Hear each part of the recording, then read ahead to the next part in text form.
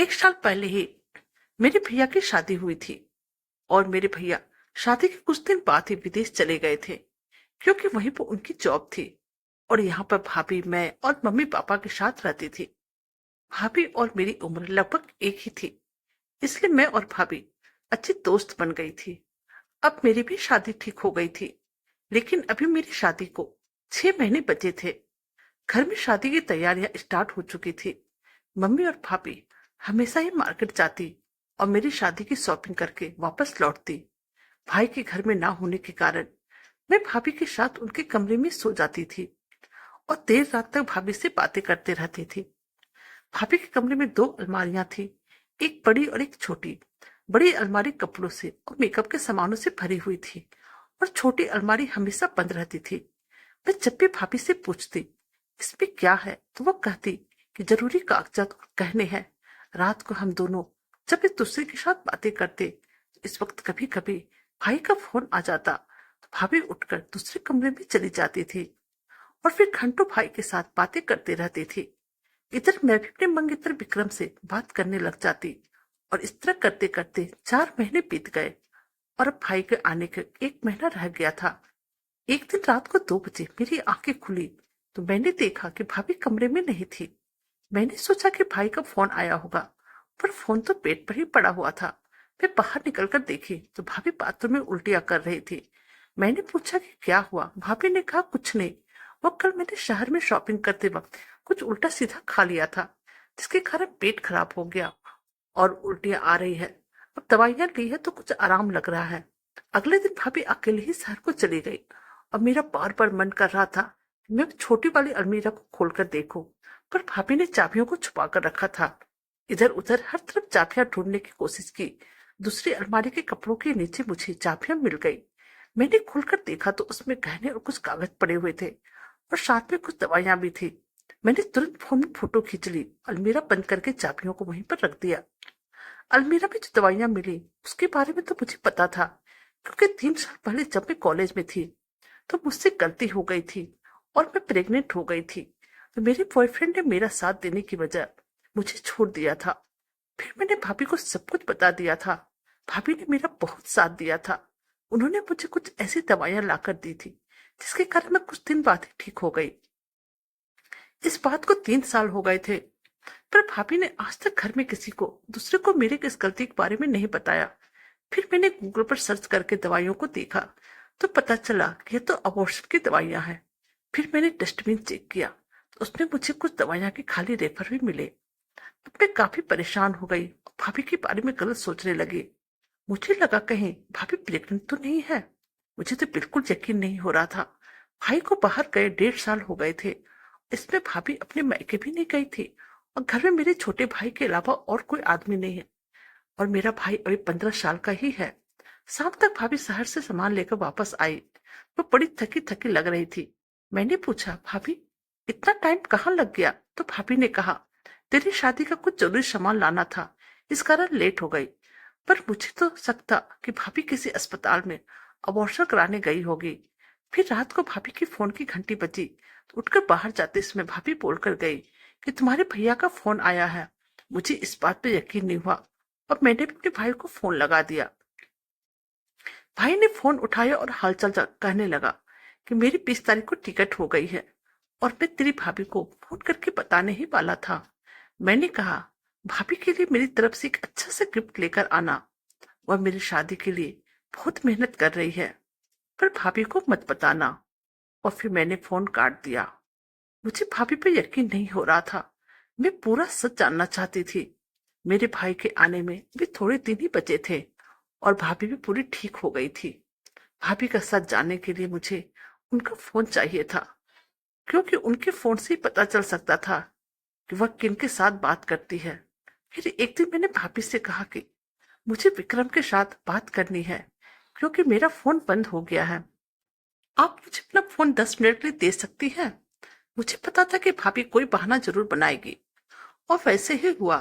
उन्होंने बोला कि मेरे भी फोन की बैटरी खत्म हो गई है, बस अभी चार्ज पे लगाया है, थोड़ी देर बाद ले लेना।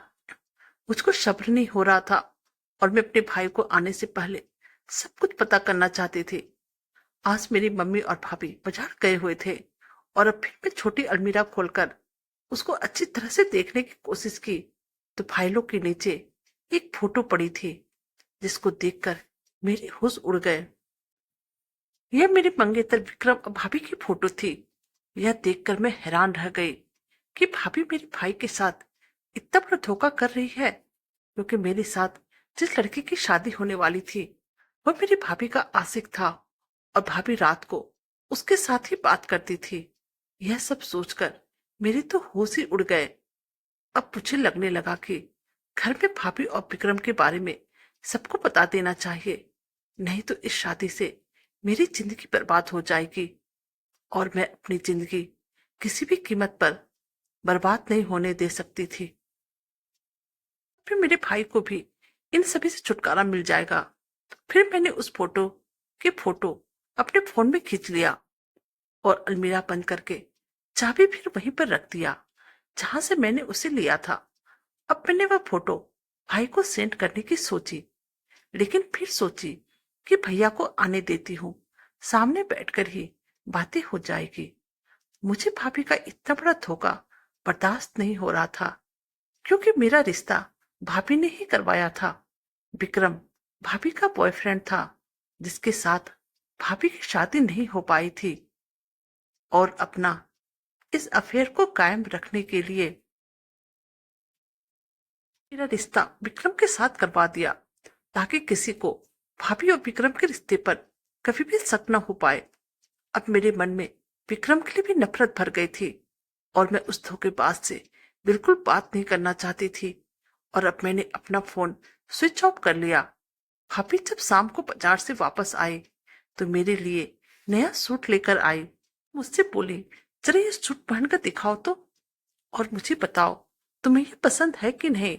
लेकिन मैंने भाभी की बातों पर कोई भी जवाब नहीं दिया और किचन में चली गई।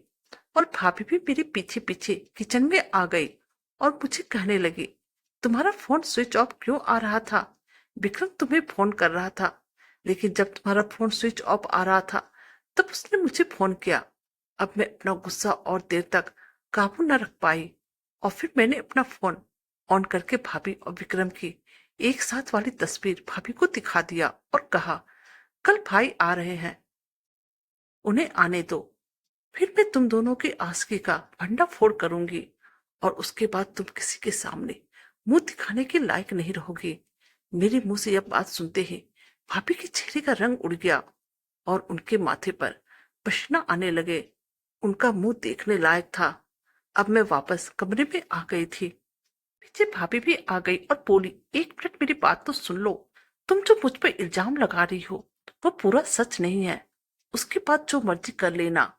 विक्रम और मैं बचपन के दोस्त हैं और इकट्ठे एक साथ एक ही क्लास में पढ़ते थे।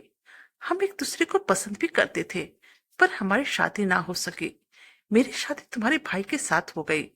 उसके बाद मैं और विक्रम ने एक दूसरे से कभी भी बात नहीं की थी। एक साल पहले मुझे अचानक बाजार में वह मिला तो पता लगा कि उसकी शादी नहीं हुई है, क्योंकि उसको शादी के लिए अभी तक कोई अच्छी लड़की नहीं मिली। तो मैंने उसके साथ तुम्हारी शादी के लिए बात की तो उनका परिवार इस रिश्ते के लिए मान गया। यह सुनकर मेरा गुस्सा शांत हो गया और मैंने कहा, मेरा रिश्ता आपने इसलिए करवाया था कि तुम दोनों की आशिकी का पता किसी को ना चले। वो तो मेरी शादी तक भी नहीं रुका गया, पहले ही प्रेग्नेंट हो गई। अलमीरा में मुझे अबॉर्शन वाली दवाइयां भी मिला। मेरे फोन में उनकी फोटो भी है, देखो। भाभी बोली, तू किस तरह की बकवास कर रही है? यह दवाइयां 3 साल पुरानी है, डेट तो चेक कर लेती। मैंने ही इस अलमीरा में छुपा कर रखी थी। मैंने डेट जूम करके देखी, वह सच में मेरी ही पुरानी दवाइयां थी। मैंने कहा, उस दिन तुम उल्टियां क्यों कर रही थी और बाहर दवाइयां के खाली रेफर भी मिले थे। तो भाभी बोली, वह पेट दर्द की दवाइयां थी और अगर उसको तुम अच्छी तरह से चेक करती तो तुम्हें पता चल जाता। सच में पेट दर्द की दवाइयां थी। अब मुझे अपने इस नादानी पर बहुत ही शर्म आ रही थी। मैं भाभी से नजरें भी नहीं मिला पा रही थी।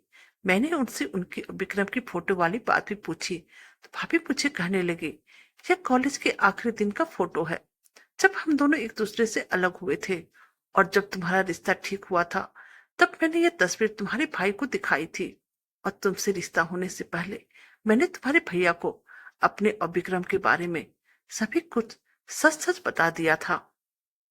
बहुत ही अच्छा लड़का है और मेरी शादी के बाद उसने मुझे कभी भी मिलने की कोशिश नहीं की और वो मुझे सिर्फ अपनी एक अच्छी दोस्त समझता है। मेरा एक आखिरी सवाल बाकी था। उस दिन तो मेरे भाई के साथ बात नहीं कर रही थी, क्योंकि जब मैंने उनको फोन किया उन्होंने 1 मिनट में उठा लिया था। यह सुनकर भाभी हंसने लगी और बोली कि मैं तेरे भाई के साथ ही बात कर रही थी। फोन किया था तो मैं चुप हो गई थी। जब तुम उनसे मेरे लिए गिफ्ट लेकर आने के लिए कह रही थी तो मैं उस वक्त लाइन पर ही थी। अगर यकीन नहीं हो तो अपने भाई को फोन करके पूछ लो। यह सुनकर मैं बहुत शर्मिंदगी महसूस कर रही थी और अपने भाभी के साथ नजरें भी नहीं मिला पा रही थी कि मैंने उनके बारे में कितना गलत सोचा। मुझे अपनी गलती का एहसास हो गया था। इससे माफी मांगी और भाभी ने मुझे अपने गले से लगा लिया और बोली, विक्रम के साथ बात कर लो, वो परेशान हो रहा होगा। कई बार आंखों से देखा भी सच नहीं होता, इसलिए पूरा सच जाने बिना कोई भी फैसला नहीं लेना चाहिए और अपना शक दूर करने के लिए उस व्यक्ति के साथ सीधी बात कर लेना चाहिए। कहानी अच्छी लगे तो प्लीज हमारे चैनल को लाइक कीजिए, सब्सक्राइब कीजिए और शेयर कीजिए। Thank you.